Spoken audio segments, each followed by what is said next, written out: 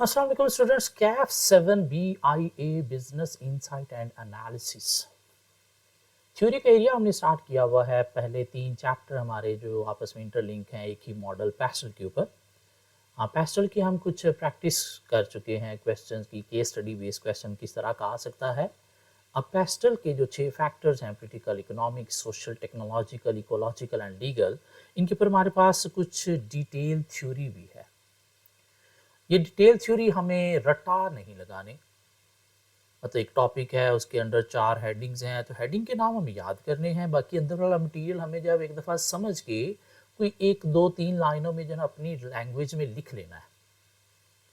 क्यों, ये लिखा हुआ क्या होगा, एक तो हमारे हाथ से गुजर गया, ये हमारे दिमाग में बैठ जाएगा, और ये अपना लिखा हुआ हमें रिवीजन में बड़ी अच्छी हेल्प देगा। या लाइक थ्योरी का इशू है कि एक दफ़ा पढ़ते हैं भूल जाती है, तो क्या करना आपने, जब पता चला भूल गई तो अपना लिखा हुआ यूँ सामने लाना है, बुक नहीं, अपना लिखा हुआ सामने लाओगे तो एक लाइन पढ़ते बाकी ऑटोमेटिकली माइंड में आ जाता है।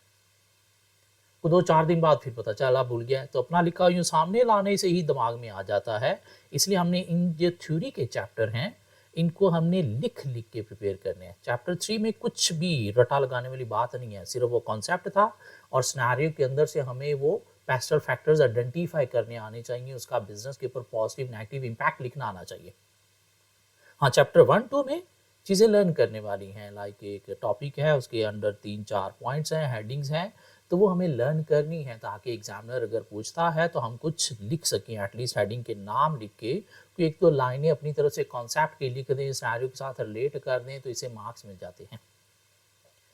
तो इसलिए क्या करना है, हमने हेडिंग को रटा लगाना है और लिख लिख के प्रिपेयर करना है। ये चैप्टर 1 2।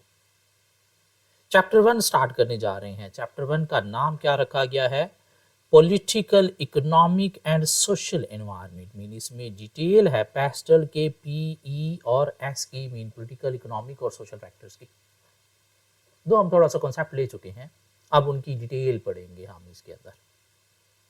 हाँ, अगर हम पास पेपर के पॉइंट से देखें तो पास में एग्जामिनर ने ये वाला एरिया है चैप्टर 1 का, जिसमें पास में कोई 3 सेपरेट चैप्टर होते थे, अब एग्जामिनर ने कंबाइन कर दिया।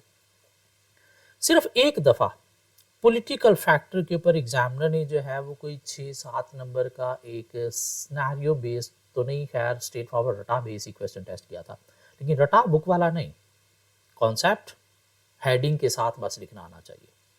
अदरवाइज ऑलवेज इस एरिया से, लाइक चैप्टर 1 से एग्जामिनर ने क्या किए हैं, MCQs ही टेस्ट किए हैं। इकोनॉमिक फैक्टर के ऊपर कभी टेस्ट कर लिया, 1 2 दफ़ा सोशल फैक्टर्स के ऊपर टेस्ट किया हुआ है, और फिर 2 3 दफ़ा पॉलिटिकल फैक्टर्स के ऊपर टेस्ट किए हुए हैं। मैं मेनली MCQs के पॉइंट ऑफ व्यू से चैप्टर की इंपॉर्टेंस है। हाँ, एग्जामिनर अगर अनफॉर्चुनेटली कोई थ्योरी बेस्ड क्वेश्चन टेस्ट कर लेता है, जो कि बनता नहीं है, लेकिन अगर कर लेता है तो हमें ऑब्वियसली 5 6 नंबर भी बड़े इंपॉर्टेंट है। इसलिए हर टॉपिक की हेडिंग को लर्न करना है और अंदर वाला कॉन्सेप्ट होना चाहिए ताकि हम खुद से लिख सकें। क्या ख्याल है? तो आइए कवर करते हैं। पास में इसके ऊपर कोई 2.5 चैप्टर थे, अब एग्जामिनर ने 1 चैप्टर बना दिया है। सिलेबस बिल्कुल वही कैफ MFA वाला है, इस एरिया का कुछ भी चेंज नहीं है, बस सिर्फ वो 2.5 चैप्टर को 1 चैप्टर में कन्वर्ट कर दिया। तो आइए कवर करते हैं। पॉलिटिकल फैक्टर, नाम उसने रखा political environment and the business. Mean political environment mean government business को अफेक्ट करती है, गवर्नमेंट बिजनेस को अफेक्ट करती है कैसे, प्राइवेटाइजेशन, नेशनलाइजेशन की सूरत में भी, टैक्सेशन, सब्सिडीज, ग्रांट्स की सूरत में भी, इंफ्रास्ट्रक्चर पॉलिसी बजट की सूरत में, एजुकेशन पॉलिसी बजट की सूरत में, या कोई इन्वायरमेंटल लॉज की सूरत में। क्या ख्याल है? एक बिजनेस भी क्या गवर्नमेंट को इन्फ्लुएंस कर सकता है? एक बिजनेस भी गवर्नमेंट को इन्फ्लुएंस कर सकता है, कैसे? टैक्सेशन की सूरत में ज्यादा देगा या नहीं देगा? बड़ा बिजनेस है, बहुत सारी एम्प्लॉयमेंट अपॉर्चुनिटीज कंट्री में प्रोवाइड कर रहा है, तो गवर्नमेंट को धमकी भी दे सकता है कि मेरी बातें नहीं मानी तो मैं अपना बिजनेस यहाँ से उठा के बाहर चला जाऊंगा, जिससे तुझे टैक्स भी बंद हो जाएगा और एम्प्लॉयमेंट अपॉर्चुनिटीज बंद हो जाएंगी। तो ये बिजनेस क्या कर रहा है, पॉलिटिकल एनवायरनमेंट को इन्फ्लुएंस भी कर रहा है। दिस मीन गवर्नमेंट बॉडीज को क्या करना पड़ेगा, लॉ रेगुलेशन बनाते वक्त इस बिजनेस की बातों का ख्याल करना पड़ेगा। क्या कह रहा है? या काफ़ी सारे बिजनेस मिल के आपस में ग्रुप बना लेते हैं, जिसे नाम देता है प्रेशर ग्रुप्स का। लाइक चैम्बर ऑफ कॉमर्स एक ऑर्गेनाइजेशन है जिसका काम क्या है, गवर्नमेंट ऑफिशियल्स के अगेंस्ट बिजनेस का इंटरेस्ट प्रोटेक्ट करवाना। मीन इसके सारे बिजनेस का मेंबर हैं, और अगर गवर्नमेंट कोई ऐसी पॉलिसी बनाने जा रही है जो बिजनेस के अगेंस्ट है, तो अपने ये pressure group chamber of commerce के थ्रू ये क्या करते हैं, गवर्नमेंट ऑफिशियल्स को इन्फ्लुएंस करते हैं कि भाई ये पॉलिसी ऐसे नहीं ऐसे होनी चाहिए। क्या ख्याल है? तो बिजनेस भी इन्फ्लुएंस करते हैं किसको, गवर्नमेंट को। गवर्नमेंट तो करती है। बिजनेस कैसे कर सकते हैं, बीइंग अ बिग एम्प्लॉयर आप कर सकते हो, या फिर प्रेशर ग्रुप्स मीन ग्रुप बना के लाइक चैम्बर ऑफ कॉमर्स के थ्रू आप क्या कर सकते हो, गवर्नमेंट को इन्फ्लुएंस कर सकते हो। मीन पॉलिसीज में थोड़ी लीनियंसी आप ला सकते हो। तो इस चैप्टर के अंदर हमने सारा यही पढ़ना है कि गवर्नमेंट कैसे बिजनेस को इन्फ्लुएंस करती है, नहीं बिजनेस गवर्नमेंट को इन्फ्लुएंस करते हैं तो वो कैसे करते हैं। आइए देखते हैं जी। पहले पेज पे क्या है, कोई चीज़ लर्न करने वाली नहीं है। एनवायरनमेंट क्या है, इंडस्ट्री मार्केट को बोलते हैं। एनवायरनमेंट क्या है, इंडस्ट्री मार्केट को बोलते हैं जिसमें हम ऑपरेट कर रहे हैं। हमें बिजनेस मैनेज करने के लिए क्या करना है, एनवायरनमेंट को एनालाइज करना है, स्कैन करना है, क्यों वहाँ से दो फैक्टर पॉजिटिव अपॉर्चुनिटीज़ और नेगेटिव थ्रेट्स आइडेंटिफाई करने के लिए। हम एनवायरमेंटल एनालिसिस हमने कैसे परफॉर्म करना है, थ्रू पेस्टल एनालिसिस। एक और मॉडल भी है पोर्टर 5 फोर्सेस, लेकिन वो भी हमारे पास फिलहाल वक्त नहीं है इस चैप्टर के अंदर, वो चैप्टर 7-8 में कहीं पे जाके देखेंगे। अभी हमने क्या पढ़ा, पेस्टल एनालिसिस के थ्रू में क्या करना है, एनवायरनमेंट को एनालाइज करना है। पेस्टल में क्या है जी, पॉलिटिकल फैक्टर हैं, इकोनॉमिक हैं, सोशल, टेक्नोलॉजिकल, इकोलॉजिकल, लीगल, और इकोलॉजिकल हमारे सिलेबस में नहीं है। तो पहले पेज के ऊपर कोई लर्न करने वाली चीज़ नहीं है, जस्ट रीडिंग है, ऑलरेडी बातें कर चुके हैं। और आगे पॉलिटिकल फैक्टर्स जो है वो स्टार्ट हो गए, क्या थे, privatisation, nationalisation, transport infrastructure, taxation subsidies, education and environmental policy. इसमें भी लर्न करने वाली कोई चीज़ नहीं है, जस्ट रीडिंग है कॉन्सेप्चुअल पॉइंट ऑफ व्यू से। ठीक हो गया। और नीचे कुछ उसने एग्जांपल्स भी दे दी कि कैसे पॉलिटिकल फैक्टर जो है वो बिजनेस को अफेक्ट करते हैं। यूके की बात करें तो यूके एक एग्रीकल्चर जो है वो कंट्री नहीं है। अब हमारी ये जो बुक्स है ना, आईकैप की जितनी भी बुक्स हैं, ये सारी की सारी कॉपी मारी गई हैं कहाँ से, ICAW ACCA की बुक से। ये रियलिटी है। ठीक हो गया। और ICAW ACCA कहाँ पे हैं, यूके में। उनकी बुक्स में उनके कल्चर की एग्जांपल्स, तो कॉपी मारते वक्त इन्होंने जब एग्जांपल्स कॉपी मारी तो एग्जांपल्स भी कहाँ की हैं, यूके की। ठीक हो गया। तो अब ये पॉलिटिकल फैक्टर की एक यूके की ही एग्जांपल उसने दे दी कि यूके, यूरोप को देखा जाए तो मेनली ये एग्रीकल्चरिस्ट नेशन नहीं है, specially UK mean hilly areas हैं। एग्रीकल्चर इनकी जितनी भी रिक्वायरमेंट है प्रोडक्ट की, वो दूसरे कंट्री से क्या करते हैं, इंपोर्ट करते हैं। यूके के अंदर गोरों को देखा जाए ना तो ये कॉर्न मीन छली, भुट्टा बहुत ज़्यादा खाते हैं। सुबह सुबह नाश्ते में हर तरह पराठे नहीं फाड़ते, क्या करते हैं, कॉर्न फ्लैक्स खाते हैं। क्यों, हेल्दी डाइट है, इससे मोटापा भी नहीं होगा और हेल्थ भी अच्छी रहेगी। दिन में लंच टाइम पे क्या खाएंगे, कहीं ना कहीं से कॉर्न भुना हुआ या फिर बॉइल्ड कॉर्न वो खाएंगे। मीन कॉर्न उनकी डाइट में बहुत ज़्यादा है। और चूंकि ये एग्रीकल्चर इस कंट्री नहीं है तो अपना कॉर्न जो है वो इंपोर्ट करते हैं कहाँ से, USA से। 2007 में क्या हुआ, USA के जो कॉर्न प्रोड्यूसर थे, इन्होंने through genetic engineering, what is mean by genetic engineering, artificial way के थ्रू किसी चीज़ को प्रोड्यूस करना, मीन किसी चीज़ का natural way of production disturb करके उसको आर्टिफिशियल वे के थ्रू प्रोड्यूस करना, इसे क्या नाम देता है, जेनेटिक इंजीनियरिंग। अब ये जेनेटिक इंजीनियरिंग कुछ नेशन तो इसको एक्सेप्ट करती हैं, लेकिन ये जो यूके यूरोप वाले लोग हैं ये इसको बहुत ही गंदी गलीज तरीन हरकत समझते हैं कि ये ठीक बात नहीं है। इवन जिस तरह से हम बीइंग अ ह्यूमन बीइंग ये चीज़ अफोर्ड नहीं कर सकते कि हमारे वे ऑफ प्रोडक्शन में आके कोई इंटरफेयर करे, इस तरह हमें जो अदर लिविंग थिंग्स हैं उनके वे ऑफ प्रोडक्शन में इंटरफेरेंस नहीं करनी चाहिए। एक चीज़ जो नेचुरल वे से प्रोड्यूस हो रही है उसको वैसे ही रखना चाहिए। 2007 में क्या हुआ, यूएसए के फार्मर्स ने through genetic engineering corn produce किया और बहुत मोटा मोटा दाना जो है प्रोड्यूस करके दिया। एक कस्टमर हमारा देखेगा तो खुश हो जाएगा। अब वो इन्होंने दाना जो है वो मोटा मोटा प्रोड्यूस करके यूके कंसाइनमेंट भेजी। कस्टमर ने आगे देखा, क्या कमाल कॉर्न दिया इस दफ़ा तो इन्होंने, बल्ले बल्ले भाई। उन्होंने पीछे पूछा, यार ये आपने पहले कभी नहीं दिया, इस दफ़ा आपने क्या कमाल कौन दिया है। उन्होंने कहा कि हम इन्हें बताएंगे कि हमने क्या साइंस लड़ाई है कि हमने जी थ्रू जेनेटिक इंजीनियरिंग ये कौन प्रोड्यूस किया है।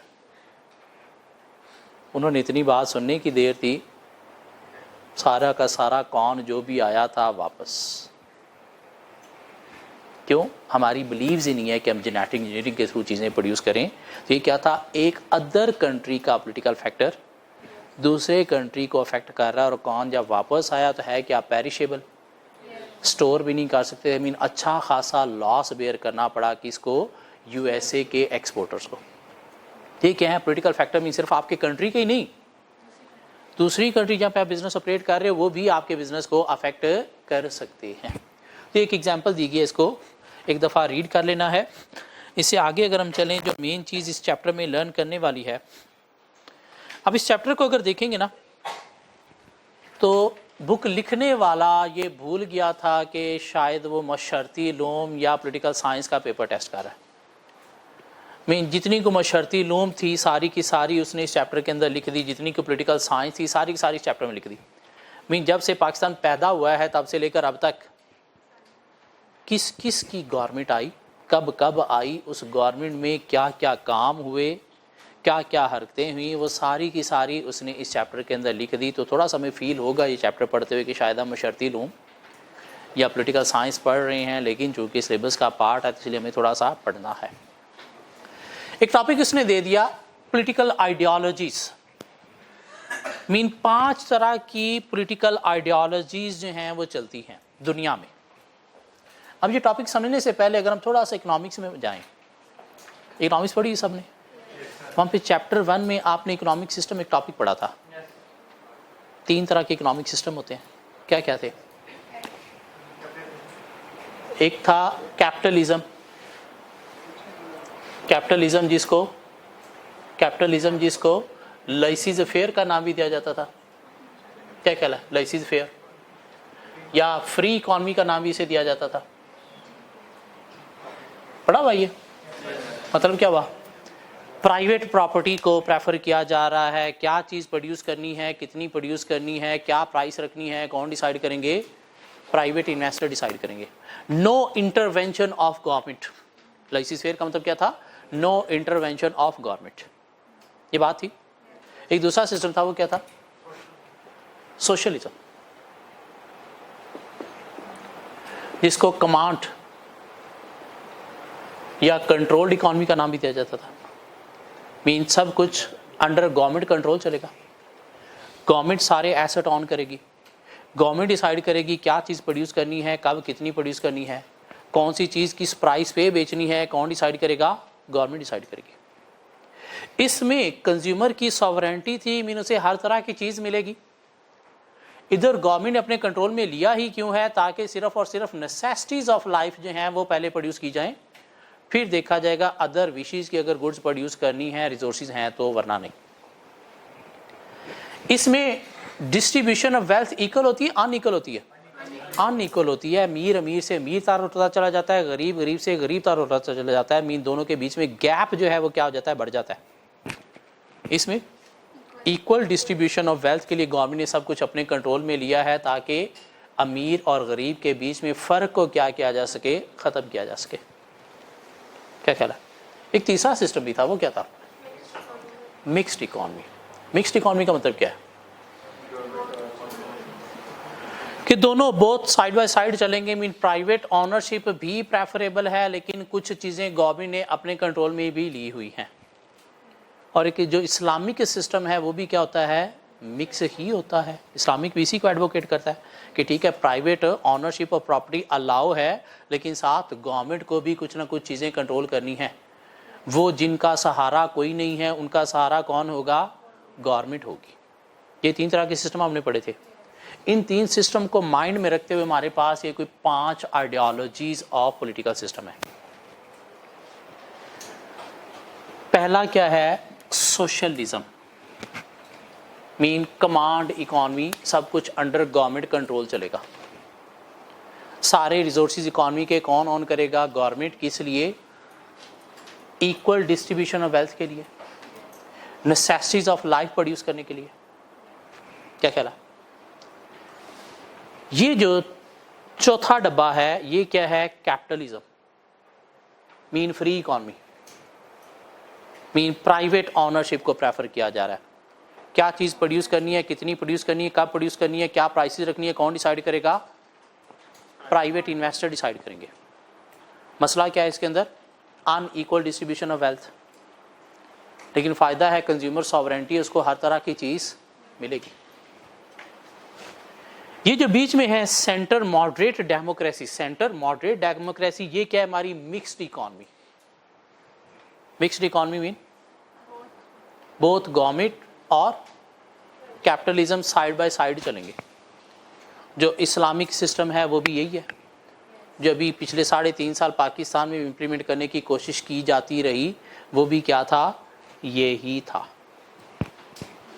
ठीक हो गया? सोशलिज्म, कैपिटलिज्म, और ये बीच में क्या है? मिक्स्ड, जिसको नाम क्या दिया गया है? Centre moderate democracy. आए पहले ये पढ़ते हैं, फिर बाकी 2 देखेंगे वो क्या चीज़ें। जी अगर हम सोशलिज्म की बात करें, all means of production must be in the hand of the state, no private property, distribution of state earning the basic need of people, mean necessities को पहले प्रोड्यूस करना है। Production by the state industries, mean government decide करेगी क्या, कितना, कैसे produce करना है। इजैलिटेरियन बोलते हैं इक्वालिटी प्रिंसिपल को, मीन सबको इक्वली ट्रीट किया जाएगा, क्लासेस को ख़त्म किया जाएगा, mean equal distribution of wealth को प्रमोट किया जाएगा। और यही आइडियोलॉजी थी जो जुल्फ़िकार अली भुट्टो पाकिस्तान में इम्प्लीमेंट करने की कोशिश कर रहा था कि अमीरों और गरीबों के बीच में फ़र्क को ख़त्म किया जाए, अमीरों पे ज़्यादा टैक्स चार्ज करके गरीबों को वेलफेयर के लिए दिया जाए, और वह सब कुछ गवर्नमेंट कंट्रोल में ला रहा था। लेकिन कुछ वडेरों को ये बातें उसकी पसंद नहीं आई। सेल्फिशनेस भी कुछ चीज़ होती है, उसके अगेंस्ट एक्शन लिए गए और उसके बाद उसे फांसी दे के मार दिया गया। लेकिन ये आइडियोलॉजी थी जो जुल्फ़िकार अली भुट्टो पाकिस्तान में इम्प्लीमेंट करने की कोशिश कर रहा था। Egalitarianism, equality principle, mean classes society से ख़त्म की जाए, सबको इक्वली ट्रीट किया जाए, कोई इंडिविजुअल फ्रीडम नहीं है, मीन जो सबके बेस्ट में है वो प्रोड्यूस किया जाएगा, कंज्यूमर सॉवरेंटी इसके अंदर नहीं होगी। मीन नेसेसिटीज़ जो हैं वो पहले देखी जाएंगी, उसके बाद देखा जाएगा रिसोर्सेज हैं तो लोगों की विशेज़ को पूरा किया जाएगा, अदरवाइज पहले सबका बेस्ट जो है वो देखा जाएगा। और उसके बाद क्या है? कंप्रीहेंसिव पॉलिटिकल सिस्टम है which is on economic system, इन सब कुछ गवर्नमेंट के अंडर चलेगा। There is no room for organised religion in communism, mean government जो रिलीजन चाहेगी वही रिलीजन इकोनॉमी के अंदर प्रवेल करेगा। गवर्नमेंट अगर चाहेगी ये रिलीजन रहना चाहिए तो वो रहेंगे, अगर गवर्नमेंट नहीं चाहेगी तो उनको निकाल बाहर फेंक दिया जाएगा। और consider religion of opium of masses, opium बोलते हैं बेनिफिट्स को, मैस बोलते हैं ज़्यादा, मीन ज़्यादा का बेस्ट जो है वो फोकस किया जाएगा, किसी इंडिविजुअल ग्रुप का नहीं। And communist want change through any means possible including violence, mean government जो है वो सब कुछ अपने कंट्रोल में रखेगी, चाहे वायलेंस के थ्रू ही क्यों ना कंट्रोल में रखना पड़ा। और इसकी एग्जांपल में आते हैं सोवियत यूनियन या चाइना की तरक्की का राज भी यही है, मीन इनिशियली चाइना ने भी सोशलिज्म को ही अडॉप्ट किया था और उसको कॉपी करते हुए ही भुट्टो ने ये सिस्टम पाकिस्तान में इम्प्लीमेंट करने की कोशिश की थी कि हम भी वैसे तरक्की कर सकते हैं, लेकिन सक्सेसफुल नहीं हो सका था। तो ये कुछ बातें 4-5 अगर पॉइंट हमें इसके बारे में लिखना पड़ जाए तो हम कर सकते हैं। क्या ख्याल? अगर इकोनॉमिक्स में ये सोशलिज्म हमने पढ़ा हुआ है, कमांड इकोनॉमी पढ़ा हुआ है, तो 4-5 बातें की जा सकती हैं। हाँ, नेक्स्ट अगर हम चलें कैपिटलिज्म की तरफ, चौथा column. Licence fair democratic capitalism, free market open competition, क्या कहला है, कंपटीशन ओपन होता है, mean free forces of demand supply, prices set करती हैं, गवर्नमेंट सेट नहीं करती। हाँ, एलिटिस्ट एंड और गैरची rules by the few rich and powerful, एक टर्म यूज की गई है elitist and oligarchy. Oligarchy and elitist का मतलब क्या है कि कुछ पावरफुल लोग जो है वो रूल्स डिफाइन करेंगे, मीन हैवी इन्वेस्टर्स जो हैं वो डिफाइन करेंगे प्राइसेस भी और डिसाइड करेंगे क्या कितना प्रोड्यूस होना चाहिए। Law favour the elite, mean elite group इसमें बनते हैं, मीन क्लासेस बन जाती हैं रिच और पुअर की, और लॉ एलिट डिफाइन करेंगे। जैसे आजकल पाकिस्तान में हो रहा है, पैसा दो इंसाफ लो, कैसा जैसा आप चाहते हो, चाहे वो इंसाफ है चाहे बेइंसाफ है, लेकिन पैसा लगाओ और इंसाफ लो। Maximum private property with least ownership of means of production by the state, mean government के अंडर कुछ नहीं है, सब कुछ क्या है, प्राइवेटाइज है। मेंटेन स्टेटस क्यो, जिससे स्टेटस क्यो बन जाते हैं, मीन लोगों के डिफरेंट ग्रुप बन जाते हैं, मीन बड़े बड़े लोगों के ग्रुप बन जाते हैं।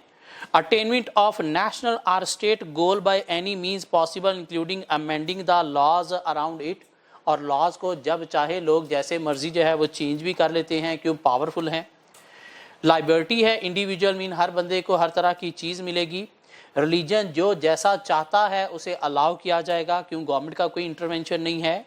Large corporations can flourish, mean बड़े बड़े बिजनेस इसमें इस्टेब्लिश होंगे जिससे मोनोपोली भी क्रिएट हो सकती हैं। Tendency of suppression and oppression by the majority, और बड़े ग्रुप क्या करेंगे, छोटों को दबा के रख देंगे। Attainment of national interest over international corporation, mean national interest mean local business जो हैं वही प्रिवेल करेंगे। बाहर वाले इन्वेस्टर यहाँ पे आते हैं, उन्हें वो अगर मिल के तबाह भी करते हैं तो ठीक है चलेगा, क्यों लाइबर्टी है सबको। पावर पॉलिटिक्स है।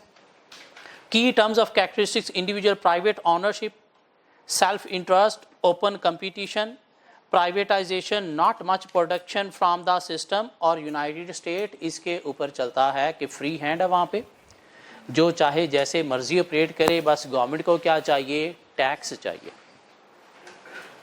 तो इसके ऊपर भी हम कुछ बातें कर सकते हैं, 4-5 अगर करना पड़ जाए, क्या ख्याल है। अब आगे तीसरा सिस्टम जो है वो क्या है, मिक्स्ड इकॉनमी, जिसे नाम क्या दिया गया यहाँ पे, सेंटर मॉडरेट डेमोक्रेसी।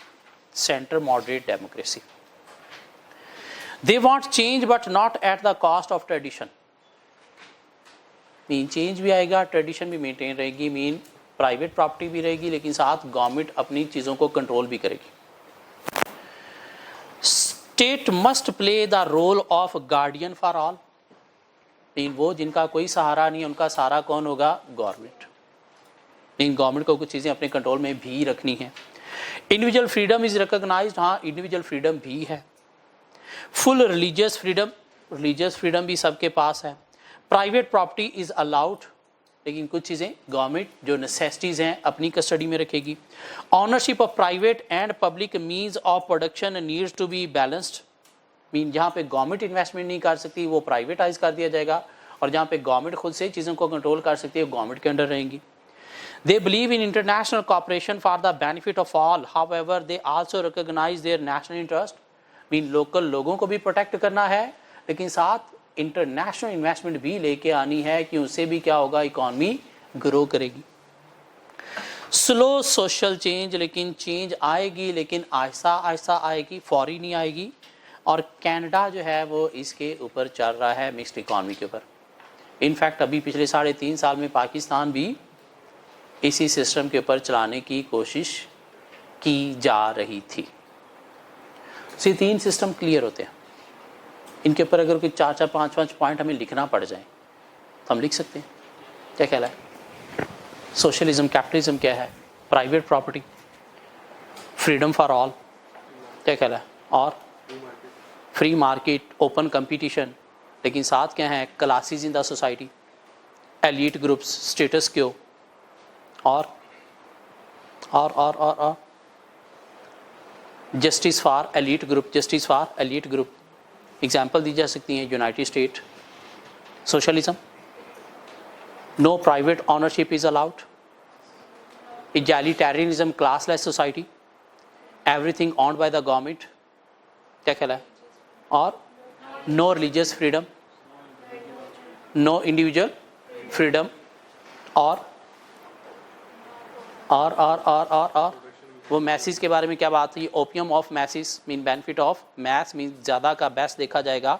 और एग्जाम्पल में हमारे पास आ गया था सोवियत यूनियन या चाइना, इसकी एग्जाम्पल में लिखा जा सकता है। और मिक्स्ड इकॉनमी क्या है? Freedom for society is allowed, private ownership is allowed, but control some resources control by the government as well. और state will be the guardian of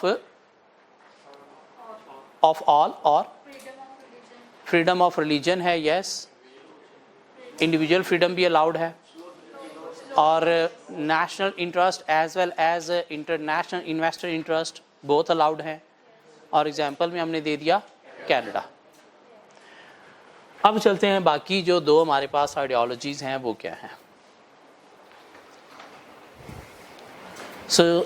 ये कवर हो गया, ये कवर हो गया, ये कवर हो गया। ये सोशलिज्म कमांड इकॉनमी थी, ये कैपिटलिज्म फ्री इकॉनमी थी, और ये मिक्स थी। अब ये बीच में क्या है? लिबरल्स।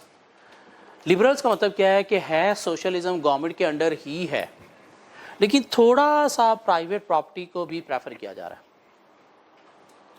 मीन है सोशलिज्म, लेकिन लिबरलिज्म क्या है कि थोड़ा सा प्राइवेट प्रॉपर्टी को भी प्रेफर किया जा रहा है। क्यों? ताकि लोग बिल्कुल ही अनॉयड ना हो जाएं गवर्नमेंट से। मीन थोड़ा सा जो बड़े इन्वेस्टर हैं उनको रिटेन रखने के लिए क्या किया जा रहा है? प्राइवेट ऑनरशिप भी थोड़ी सी प्रेफर की जा रही है। एक ये भी आइडियोलॉजी है। मीन है गवर्नमेंट के अंडर सब कुछ। मीन इधर अगर हम देखें तो 100% गवर्नमेंट ऑन्ड है, इधर अगर हम देखें तो 100% प्राइवेट ऑन्ड है, इधर अगर हम देखें तो 50-50 है। यहाँ पे अगर देखा जाए तो 75% गवर्नमेंट ऑन्ड है, 25% क्या है? प्राइवेट ऑनरशिप है। मीन थोड़ा सा प्राइवेट ऑनरशिप को भी प्रेफर किया जा रहा है। क्यों? वो जगह जहाँ पे गवर्नमेंट की इन्वेस्टमेंट लिमिटेड हो जाती है तो वहाँ पे फिर क्या किया जा रहा है? प्राइवेटाइज किया जा रहा है। वो चीज़ें जो गवर्नमेंट अच्छा कंट्रोल नहीं कर सकती, प्राइवेट इन्वेस्टर ज़्यादा अच्छा कंट्रोल कर सकते हैं, तो उसे क्या किया जा रहा है? प्राइवेटाइज किया जा रहा है। या जो बड़े इन्वेस्टर्स हैं वो नाराज़ होकर यहाँ से भाग ना जाएं, तो इसलिए थोड़ा सा उनको भी लाइबिलिटी देने की कोशिश की जा रही है ताकि बड़े इन्वेस्टर भी क्या करें? स्टे कर सकें। आइए पढ़ते हैं क्या। Most and important means of production in the hand of state with few exceptions are allowed. Mean most 75% government के पास है, 25% प्राइवेट ऑनरशिप है। Private property is allowed.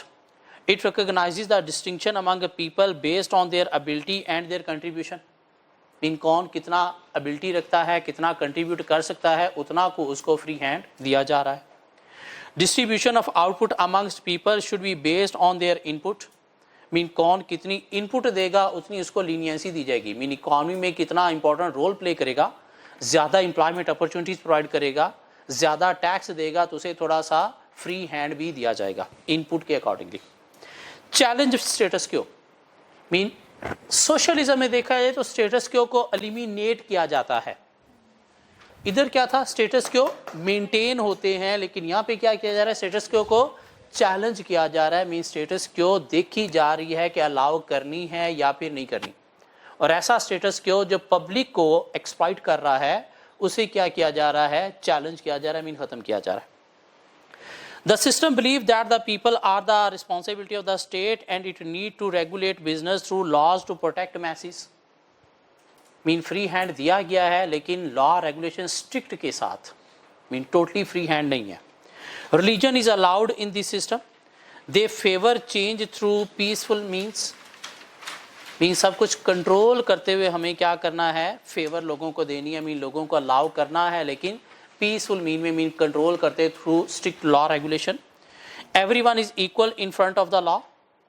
Implementation of ideology through social change. Mean government ही चीज़ों को change कर सकती है। एंड मेजर कैरेक्टरिस्टिक्स क्या हैं? कलेक्टिविज्म है। मीन दोनों मिलके चलेंगे, गवर्नमेंट भी और प्राइवेट भी। इक्वालिटी है, सोशल सर्विसेज हैं, नेशनलाइजेशन है, और इसमें एग्जाम्पल में आते हैं स्वीडन। मीन स्वीडन किस पे चल रहे हैं? लिबरलिज्म पे। सो सोशलिज्म क्या है? 100% गवर्नमेंट, 0% प्राइवेट। कैपिटलिज्म क्या है? 100% private, 0% government. Centre moderate democracy 50-50 और लिबरलिज्म 75% एंड 25%। एक पांचवी आइडियोलॉजी है जिसे नाम दिया जाता है डिक्टेटरशिप का। पांचवी आइडियोलॉजी क्या है? डिक्टेटरशिप, जहां पे एक सिंगल पर्सन या ग्रुप ऑफ पर्सन की विशेष के ऊपर कंट्री को चलाया जाएगा। जो पाकिस्तान में भी कुछ 4 दहाइयों में ये चलता रहा है, मीन मार्शल लॉ। पाकिस्तान को बने शायद कोई अबव 70 ईयर्स हो गए हैं, 74, 73, 74, जिसमें से 40 साल मार्शल लॉ यहाँ पे लगा रहा है। वो क्या था? ये सिस्टम था, मीन एक इंडिविजुअल या ग्रुप ऑफ इंडिविजुअल जो है वो डिसाइड करेंगे इकॉनमी के अंदर क्या चलना चाहिए। क्या कह रहा? हाँ, बाकी जो 33, 34 ईयर्स है वो इनडायरेक्ट ये चलता रहा है।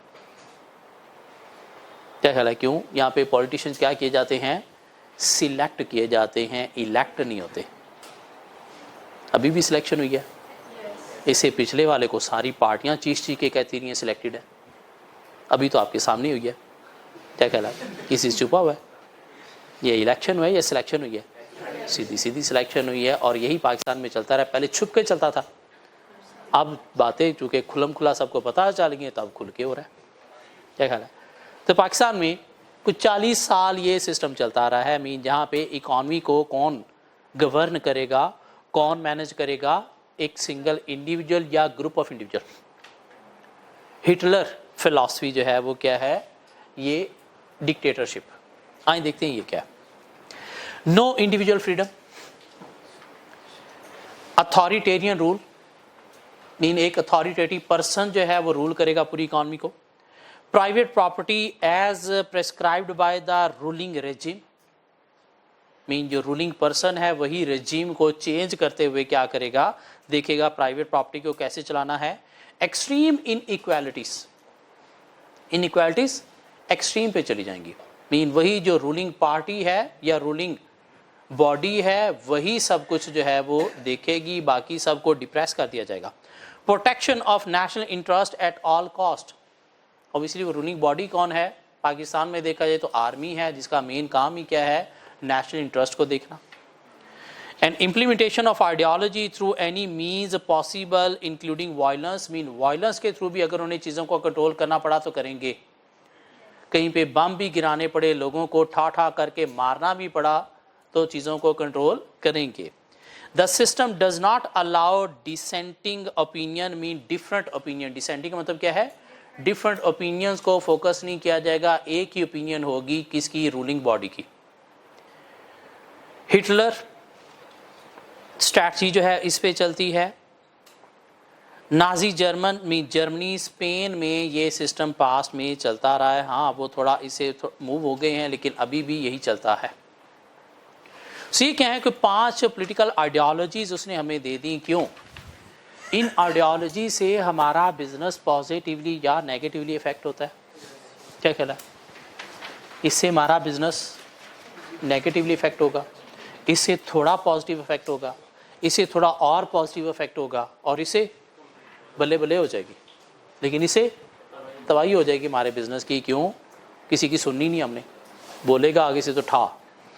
इधर फिर भी चलो हम सुना सकते हैं, इधर फिर भी हम सुना सकते हैं, बड़े इन्वेस्टर के बेस पर हम इन्फ्लुएंस भी कर सकते हैं, लेकिन इधर हम कोई इन्फ्लुएंस नहीं कर सकते। तो ये कोई 5 आइडियोलॉजीज उसने दे दी। मतलब कोई तुक बनता नहीं था, लेकिन बुक लिखने वाला कुछ भी कर सकता है, तो हमें उसके अकॉर्डिंगली चलना है। इससे आगे अगर हम चलें तो उसने हमें बता दिया जी कि एक गवर्नमेंट बिजनेस को कैसे अफेक्ट करती है। एक गवर्नमेंट बिजनेस को कैसे अफेक्ट करती है? गवर्नमेंट स्पेंडिंग के थ्रू, मीन गवर्नमेंट बजट के थ्रू गवर्नमेंट बिजनेस को अफेक्ट करती है। एजुकेशन का बजट, इंफ्रास्ट्रक्चर का बजट, ग्रांट, सब्सिडीज दे के गवर्नमेंट बिजनेस को अफेक्ट करती है। क्या ख्याल है? गवर्नमेंट बिजनेस को अफेक्ट करती है कैसे? टैक्सेशन की फॉर्म में भी। टैक्स 2 तरह के होते हैं, डायरेक्ट और इनडायरेक्ट टैक्स। डायरेक्ट टैक्स क्या होता है? Income tax. इनडायरेक्ट टैक्स क्या है? सेल्स टैक्स अब्रॉड के अंदर है, तो इस तरह से भी गवर्नमेंट बिजनेस को इन्फ्लुएंस करती है। गवर्नमेंट बिजनेस को इन्फ्लुएंस करती है इकोनॉमिक पॉलिसीज के थ्रू भी। इकोनॉमिक पॉलिसीज गवर्नमेंट की 2 तरह की होती हैं। एक फिस्कल पॉलिसी, क्या कहला, और एक मॉनिटरी पॉलिसी। फिस्कल पॉलिसी क्या है? बजट, गवर्नमेंट की स्पेंडिंग और गवर्नमेंट के इनकम। बजट सरप्लस बनाया गवर्नमेंट ने, बजट सरप्लस बनाया मतलब क्या, इनकम ज़्यादा एक्सपेंस कम, इनकम ज़्यादा मीन टैक्स ज़्यादा, ग्रांट सब्सिडीज़ कम, बिजनेस के लिए पॉजिटिव नेगेटिव, टैक्स ज़्यादा, ग्रांट सब्सिडीज़ कम, बिजनेस के लिए पॉजिटिव नेगेटिव, नेगेटिव नहीं। बजट आप गवर्नमेंट ने बनाया डेफिसिट, डेफिसिट का मतलब क्या है, इनकम कम खर्चे ज़्यादा, टैक्स कम, ग्रांट सब्सिडी ज़्यादा, तो पॉजिटिव, बिजनेस को अफेक्ट कर रही है। मॉनिटरी पॉलिसी बना के भी गवर्नमेंट जो है वो बिजनेस को अफेक्ट करती है। कौन सी पॉलिसी? इंटरेस्ट रेट की पॉलिसी, क्या कहना है। तो गवर्नमेंट बिजनेस को कैसे इन्फ्लुएंस कर रही है? गवर्नमेंट स्पेंडिंग के थ्रू, टैक्सेशन के थ्रू, इकोनॉमिक पॉलिसीज़ के थ्रू, या गवर्नमेंट समटाइम लेबर लॉज बना के, इन्वायरमेंटल लॉज बना के भी बिजनेस को अफेक्ट करती है। गवर्नमेंट ने कहा भाई मिनिमम वेज रेट 20,000 नहीं 25,000 होनी चाहिए, तो क्या 25,000 से कम आप वेज दे सकते हो? नहीं, क्यों? गवर्नमेंट के थ्रू आपके अगेंस्ट एक्शन लिया जा सकता है। पॉजिटिव बिजनेस के लिए नेगेटिव, नेगेटिव कैसे नेगेटिव? आपकी लेबर कॉस्ट बढ़ जाएगी तो उससे आपका ऑब्जेक्टिव मीट करना डिफिकल्ट हो जाएगा। इसके अलावा गवर्नमेंट जो है वो इन्फ्लुएंस कर सकती है बिजनेस को कैसे? International relationship and policies, mean बाहर के कुछ कंट्रीज के साथ गवर्नमेंट के रिलेशन हैं। लाइक IMF से हम लोन लेते हैं तो USA में है वो, तो उसके साथ हमारे क्या हो गए रिलेशनशिप, तो क्या करना है, उनकी पॉलिसीज़ को भी हमें फॉलो करना है। तो इंटरनेशनल पॉलिसीज़ भी हमारे बिजनेस को थ्रू गवर्नमेंट पॉलिसी इन्फ्लुएंस करती हैं पॉजिटिवली या फिर नेगेटिवली। क्या कह रहा है? बिजली का बिल पर यूनिट इतना होना चाहिए, पेट्रोल का रेट इतना होना चाहिए, आपको टैक्स ये भी लगाने चाहिए। इसमें सिर्फ गवर्नमेंट का ही इंटरवेंशन नहीं है, कोई इंटरनेशनल इंटरवेंशन भी है, मीन IMF की रिक्वायरमेंट भी है। अभी ये गवर्नमेंट आते ही पेट्रोल में कोई 83 रुपीज़ पर लीटर इंक्रीज़ चाहिए, बिजली में 4.5 रुपये पर यूनिट इंक्रीज़ आ चुका है। क्यों? आगे फर्दर लोन की ज़रूरत है IMF से, और IMF से लोन तब मिलेगा जब उनकी पिछले वाली पॉलिसीज़ को यहाँ पे फॉलो किया जाए। पेट्रोल का प्राइस नहीं इतनी बढ़ रही, उसके अंदर टैक्स की अमाउंट बढ़ रही है जो बाकी कंट्रीज़ में दुनिया में है। तो IMF की रिक्वायरमेंट है, आपको भी वो लेना चाहिए अपनी आवाम से, फिर जाके हमें पता चलेगा कि हाँ आपकी इकॉनमी के अंदर से कुछ पैसा निकल सकता है टैक्स की फॉर्म में, जिससे आप हमारा लोन पे कर सकते हो। बिजली का जो रेट बढ़ा है, ये क्या बढ़ा है? बेसिकली टैक्स की अमाउंट बढ़ी है। जो IMF की रिक्वायरमेंट है कि आपने टैक्स इतने % चार्ज करना है, क्यों इतना चार्ज करोगे तो हमें नज़र आएगा कि आपको जनता से कुछ इनकम मिल रही है जिससे आप हमारा फ्यूचर में लोन पे करने के काबिल हो। अगर आप टैक्स चार्ज ही नहीं करोगे तो पैसा तो इकॉनमी से निकलेगा ही नहीं, तो क्या आप हमारा लोन पे कर सकोगे? नहीं। ये क्या है? कुछ इंटरनेशनल पॉलिसीज़ जो अगेन गवर्नमेंट को इम्प्लीमेंट करना पड़ती हैं यहाँ पे, तो उससे हमारा बिजनेस क्या होता है? इन्फ्लुएंस होता है। सो 5 वेज हैं जिसके थ्रू गवर्नमेंट बिजनेस को इन्फ्लुएंस कर सकती है। गवर्नमेंट स्पेंडिंग के थ्रू, टैक्सेशन के थ्रू, इकोनॉमिक पॉलिसीज़ के थ्रू, लेबर लॉज के थ्रू, या फिर इंटरनेशनल रिलेशनशिप एंड पॉलिसीज़ के थ्रू। कुछ अदर वेज भी हमने पढ़े हुए हैं, नेशनलाइजेशन, प्राइवेटाइजेशन के थ्रू, इंफ्रास्ट्रक्चर वो स्पेंडिंग में ही आ गया, क्या ख्याल है, इकोनॉमिक पॉलिसीज़ में आ गया, एजुकेशन भी उसी में आ गया, एनवायरमेंटल पॉलिसी के थ्रू, टैक्सेशन सब्सिडीज वो हेड यहाँ पे ऑलरेडी आ गया। मीन 2 हेड और हम ले सकते हैं, एक प्राइवेटाइजेशन नेशनलाइजेशन और एक एनवायरमेंटल पॉलिसी के थ्रू। इससे आगे गए तो हमें मिला जी interaction between business and the government, mean business कैसे गवर्नमेंट को इन्फ्लुएंस करते हैं वो हमें बताया जा रहा है। तो बिजनेस गवर्नमेंट को इन्फ्लुएंस कर सकते हैं कैसे? लॉबी ग्रुप बना के। चैम्बर ऑफ कॉमर्स क्या है? एक लॉबी ग्रुप है, मीन डिफरेंट ऑर्गेनाइजेशन का एक ग्रुप है, और ये ग्रुप क्या करता है? गवर्नमेंट ऑफिशियल्स को इन्फ्लुएंस करते हैं अगेंस्ट इंटरेस्ट ऑफ बिजनेसेस। तो बिजनेस गवर्नमेंट को इन्फ्लुएंस कर सकता है कैसे? Pressure group mean lobby group के थ्रू। क्या कहला? पाकिस्तान के अंदर कुछ लॉबी ग्रुप और भी एग्जिस्ट करते हैं, मीन कुछ इंडिविजुअल भी गवर्नमेंट को इन्फ्लुएंस करते हैं। सिर्फ ऑर्गेनाइजेशन नहीं, चैम्बर ऑफ कॉमर्स ही नहीं, कुछ इंडिविजुअल पर्सन भी गवर्नमेंट को इन्फ्लुएंस करते हैं। मलिक रियाज का नाम सुना हुआ है? कौन है? बहरिया टाउन का ऑनर, ये भी गवर्नमेंट को इन्फ्लुएंस करता है, लेकिन कौन सी गवर्नमेंट को? पीपीपी की गवर्नमेंट को। क्यों? पीपीपी गवर्नमेंट को इलेक्शन में ये फंड प्रोवाइड करता है। जैसे जब भी पीपीपी गवर्नमेंट आएगी तो कभी भी कोई ऐसा लॉ नहीं बनाएगी जो इसके बेसिस के अगेंस्ट हो। ये भी क्या एक तरह का लॉबी ग्रुप है जो इन्फ्लुएंस करता है गवर्नमेंट को। मियां मंशा का नाम सुना है? ये कौन है? एमसीबी निशात का ऑनर, ये पीएमएलएन को इलेक्शन में फंड प्रोवाइड करता है। और पीएमएलएन की गवर्नमेंट जब भी आएगी कोई ऐसा लॉ नहीं बनाएगी जो इसके मिसिस के अगेंस्ट हो। क्यों? ये उनको इन्फ्लुएंस करता है। जहांगीर तरीन का नाम सुना है? ये कौन है? वो बंदा जिसने जहाज़ों पे बंदे खरीद के पीटीआई की गवर्नमेंट बनाई थी। तब हलाल खरीदे जा रहे थे, अब आके वो अगर बिके हैं तो आराम हो गए। क्या ख्याल है? ये पीटीआई गवर्नमेंट को इन्फ्लुएंस करता था स्टार्ट में। बिजनेसमैन है, कुछ बिजनेस टाइकॉन गवर्नमेंट को इन्फ्लुएंस करते हैं। बिजनेस टाइकॉन कौन है? मलिक रियाज, मियां मंशा, जहांगीर तरीन, ये कौन है? Business tycoon. कैसे गवर्नमेंट को इन्फ्लुएंस करते हैं कि ये इलेक्शन में पॉलिटिकल पार्टीज को फंड प्रोवाइड करते हैं। इनके बड़े बड़े जो जलसे हो रहे हैं वो फंड कहाँ से आते हैं? ये प्रोवाइड करते हैं। तो जब इनकी फिर गवर्नमेंट आती है तो ये फिर क्या करते हैं? उनको इन्फ्लुएंस करते हैं। मीन गवर्नमेंट इनके अगेंस्ट लॉ नहीं डिफाइन कर सकती। तो ये क्या है? बिजनेस कैसे गवर्नमेंट को इन्फ्लुएंस कर रहे हैं? Either pressure group mean lobby group बना के, या फिर different business tycoon fund provide करके गवर्नमेंट लॉज को इन्फ्लुएंस करते हैं।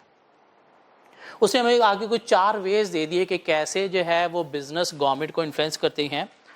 तो बिजनेस गवर्नमेंट को इन्फ्लुएंस करते हैं फाइनेंशियल इंसेंटिव स्ट्रैटेजी के थ्रू। फाइनेंशियल इंसेंटिव स्ट्रैटेजी क्या है? कि कुछ बिजनेस या बिजनेस टाइकॉन पॉलिटिकल पार्टीज को फंड्स प्रोवाइड करते हैं। तो उस सूरत में ये क्या करते हैं? गवर्नमेंट को इन्फ्लुएंस करते हैं। जिस पार्टी को फंड दिया उसकी जब गवर्नमेंट आएगी तो उसे इन्फ्लुएंस करेंगे। ये क्या है? Financial incentive strategy. या फाइनेंशियल इंसेंटिव स्ट्रैटेजी क्या है? कि कुछ बिजनेस कंट्री के अंदर बिग एम्प्लॉयर हैं, बिग एम्प्लॉयर की बेस पर वो अच्छा खासा टैक्स जो है वो गवर्नमेंट को दे रहे हैं, अच्छी खासी एम्प्लॉयमेंट अपॉर्चुनिटीज प्रोवाइड कर रहे हैं। तो उसकी बेस पर भी क्या करते हैं? गवर्नमेंट को इन्फ्लुएंस करते हैं। मीन अगर गवर्नमेंट इनकी बात नहीं मानेगी या इनके बिजनेस के अगेंस्ट पॉलिसीज बनाएगी तो फिर धमकी दे देते हैं कि हम अपना बिजनेस यहाँ से उठा के कहीं और ले जाएंगे, जिससे ना आपको टैक्स मिलेगा ना ये एम्प्लॉयमेंट अपॉर्चुनिटीज मिलेंगी, तो उससे आपकी इकॉनमी फाइनेंशियली अफेक्ट होगी। एप्पल एक कंपनी का नाम है, इसकी एक प्रोडक्ट है आईफोन। आपको पता है कि एक आईफोन एवरी ईयर जब नया लॉन्च होता है पूरी दुनिया में ये बिकता है। कहाँ से लॉन्च होता है? अमेरिका से। एक आईफोन अमेरिका के जीडीपी को 2.4% एवरी ईयर इंक्रीज करता है। एक नया आईफोन लॉन्च होने से अमेरिकन जीडीपी पे 2.4% इंक्रीज आता है एक प्रोडक्ट से। पाकिस्तान का पूरा जीडीपी शायद 2.4% नहीं है। और ऐसी पता नहीं अमेरिका में कितनी कंपनीज है। माइक्रोसॉफ्ट भी वहाँ पे है। पूरी दुनिया में उसने भी वहीं से सेल करनी है। क्या ख्याल है? तो ये क्या है? Financial incentive strategy. Mean big employer, big company tax की बेस पर, एम्प्लॉयमेंट की बेस पर या जीडीपी में कंट्रीब्यूशन की बेस पर ये क्या करते हैं? गवर्नमेंट को इन्फ्लुएंस करते हैं। ये क्या है? फाइनेंशियल इंसेंटिव स्ट्रैटेजी की बेस पर बिजनेस गवर्नमेंट को कैसे इन्फ्लुएंस करते हैं, या बिजनेस गवर्नमेंट को कैसे इन्फ्लुएंस करते हैं? प्रमोटिंग का constituency building strategy. Constituency building strategy का मतलब क्या है? कि रिलेशनशिप विद स्टेक होल्डर की बेस पर, रिलेशनशिप विद स्टेक होल्डर की बेस पर गवर्नमेंट को इन्फ्लुएंस करना। रिलेशनशिप विद स्टेक होल्डर की बेस पर गवर्नमेंट को इन्फ्लुएंस करना। हाँ, वो स्टेक होल्डर कौन हो सकते हैं? कस्टमर भी हो सकते हैं, कोई गवर्नमेंट बॉडीज भी हो सकती हैं। सऊदी अरेबिया में अलबैक के नाम से एक फास्ट फूड चेन है, अलबैक। कभी जाने का इत्तेफाक हुआ तो वहाँ पे अगर आप कोई चीज़ लेने गए हो तो कम से कम कोई 200 कस्टमर आके आगे क्यू में खड़ा होगा। उस लाइन में लग के आपको ऑर्डर देना है। उसके बाद आपको एक पर्ची मिलेगी, तो ऑर्डर लेने के लिए भी कम से कम आपके आगे कोई 200 कस्टमर होगा, लेकिन उसके बावजूद लाइनें लगी हुई हैं वहाँ पे। क्यों? वो अपनी जितनी भी सेल है ना उसका 10% चैरिटी देता है। मीन 10 रियाल अगर सेल हुई है एक मील की, तो उसका 1 रियाल उसने क्या करना है, चैरिटी देनी है। इस बेस पर भी लोग क्या करते हैं, कुछ खाने पीने के लिए उसे प्रेफर करते हैं कि क्यों हम ये चैरिटी में कंट्रीब्यूशन भी कर रहे हैं। आज से कुछ 2-3 साल पहले सऊदी अरेबिया गवर्नमेंट ने उसके ऊपर लॉ रेगुलेशन जो है बहुत ज़्यादा स्ट्रिक्ट करने की कोशिश की। क्यों? उससे क्या होना था, अल्टीमेटली उनकी कॉस्ट बढ़नी थी, या गवर्नमेंट चाहती थी कि हमें भी कुछ खिलाओ, मतलब इतना आप खुद ही खाई जा रहे हो। तो उन्होंने क्या किया, इस चीज़ को जनता तक पहुंचाने के लिए कुछ दिनों के लिए अपने आउटलेट सारे बंद कर दिए और बाहर लिख के लगा दिया कि according to these strict law regulation imposed by the government, हम अपने ऑपरेशन कंटिन्यू करने के काबिल नहीं हैं। और सऊदीया की जितनी भी अवाम थी वो उनके हक में वहाँ पे खड़ी हो गई थी कि नहीं, गवर्नमेंट को ये नहीं करना चाहिए, गवर्नमेंट को क्या करना चाहिए, इनके लॉ रेगुलेशन इतनी स्ट्रिक्ट नहीं करनी चाहिए। मीन ये बिज़नेस यहाँ पे चलना चाहिए। क्यों? एक तो वो एम्प्लॉयमेंट अपॉर्चुनिटीज़ बहुत ज़्यादा प्रोवाइड कर रहा है, और दूसरा चैरिटी के पॉइंट ऑफ व्यू से भी लोग उसकी फेवर में इकट्ठे हो गए। और कुछ वो जो चीज़ें दे रहे हैं खाने पीने के लिए, शायद वो टेस्ट कहीं और से लोगों को मिलता भी नहीं है, इतना इकॉनमी मील भी नहीं मिलता। तो कस्टमर जो है वो उनके हक में खड़े हो गए, जिससे क्या हुआ, गवर्नमेंट को अपने लॉ रेगुलेशन जो है वो लीनियट करना पड़े उनके लिए।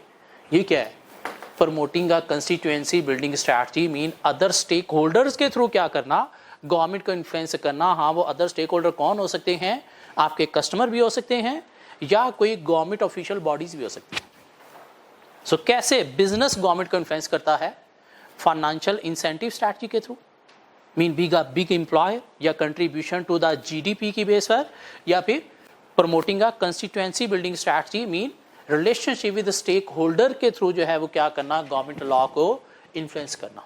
हाँ, वो रिलेशनशिप विद स्टेक होल्डर की बेस पर कैसे किया जा सकता है, स्टेक होल्डर कोalition की बेस पर किया जा सकता है। मीन अपने एम्प्लॉयज़ कस्टमर के साथ आपने इतने अच्छे रिलेशन जो है वो क्रिएट किए कि अगर कोई बुरा टाइम आया तो उनके थ्रू आपने जो है वो गवर्नमेंट को मैसेज पहुंचाया।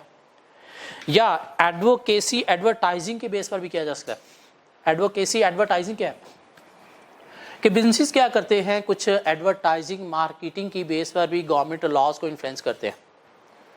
लाइक गवर्नमेंट अगर कोई लॉ स्ट्रिक्ट करने जाएगा तो बिजनेस क्या करेंगे, उसकी मार्केटिंग इस तरह से करना शुरू कर देंगे ताकि गवर्नमेंट तक उनका मैसेज डिलीवर हो सके, और उससे वो क्या करते हैं, गवर्नमेंट लॉ को इन्फ्लुएंस कर सकते हैं।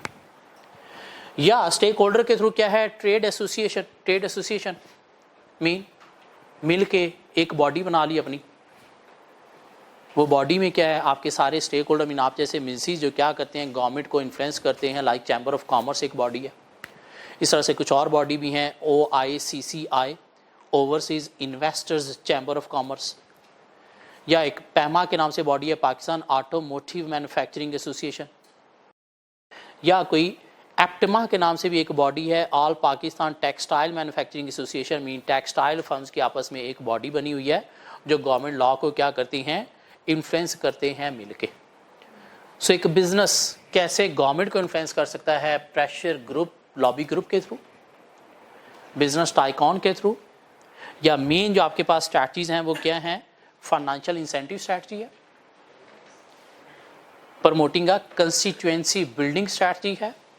हाँ, कंस्टिट्यूएंसी बिल्डिंग स्ट्रैटेजी में आप कैसे चलोगे, स्टेक होल्डर कोalition के थ्रू, मीन रिलेशनशिप के through, advocacy advertising mean advertise करके चीज़ों को, या अपनी एसोसिएशन बना के।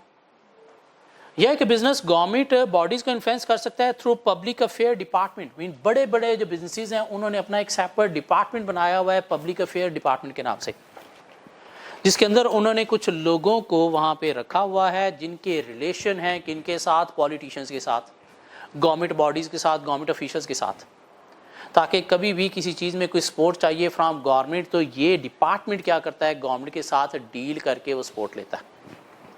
गवर्नमेंट कोई टैक्स इंक्रीज़ करने जा रही है तो डिपार्टमेंट जाके गवर्नमेंट के साथ डील करके उस टैक्स को थोड़ा रिड्यूस भी करवाता है।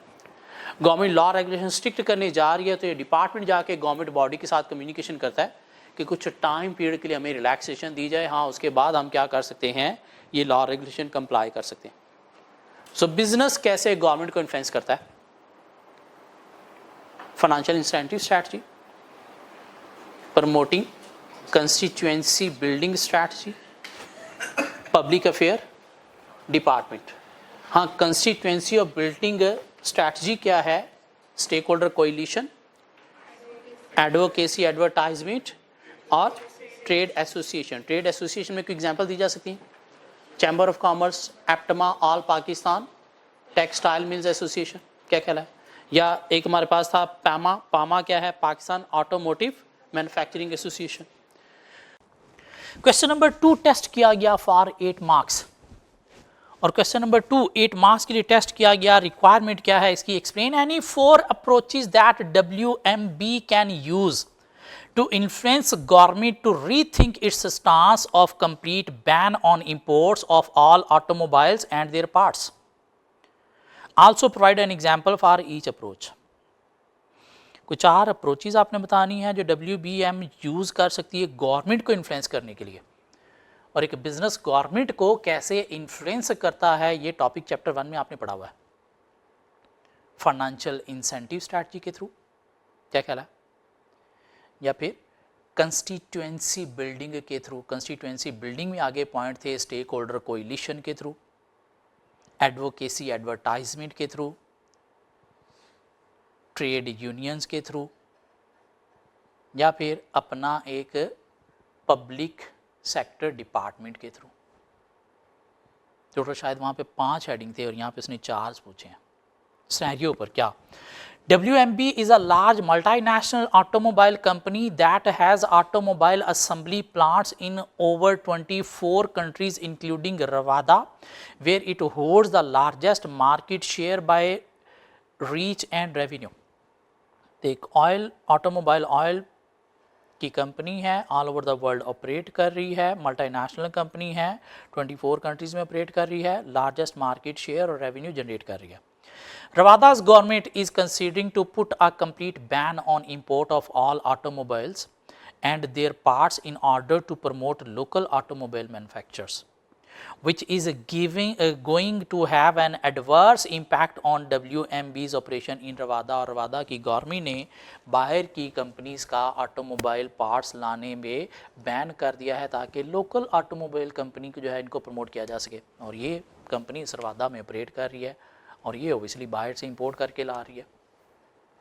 तब आपने कुछ 4 वेज बताने हैं, 4 अप्रोचेस बतानी हैं जिससे ये क्या करे, गवर्नमेंट को इन्फ्लुएंस कर सके।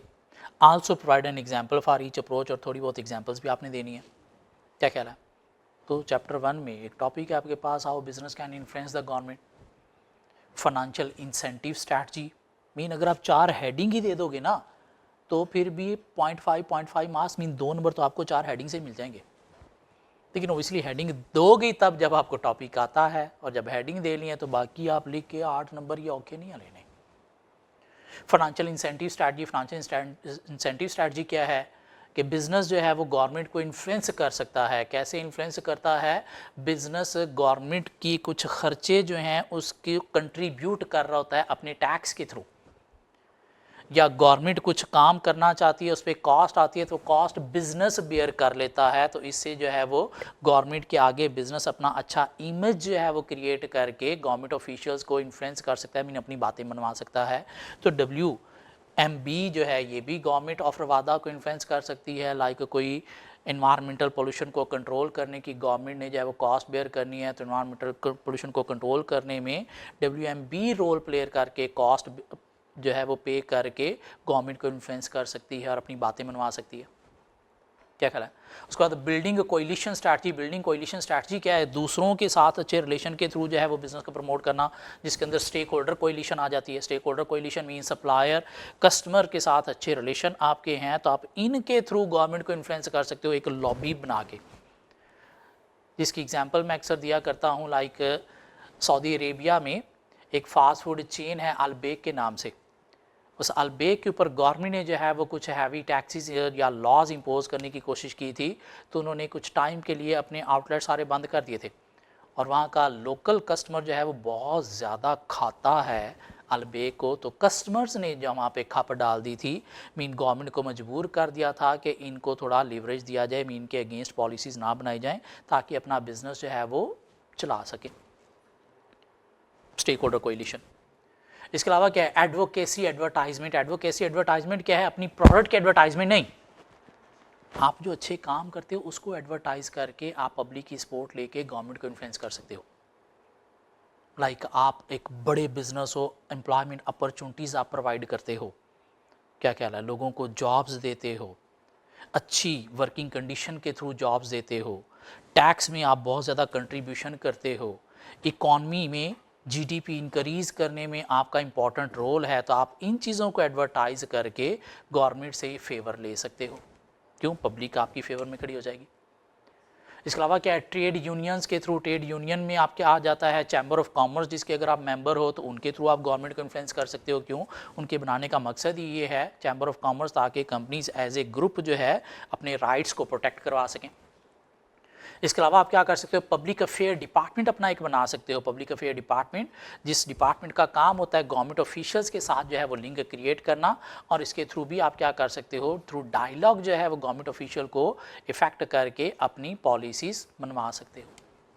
तो ये ऐसा देखा जाए तो स्ट्रेट फॉरवर्ड टॉपिक था। अगर आपको 4 हेडिंग के नाम आते हैं और उनका कॉन्सेप्ट है तो ये औखा क्वेश्चन नहीं था 8 नंबर के लिए। हाँ, अगर चैप्टर 1 इग्नोर किया हुआ है आपने तो फिर औखा था।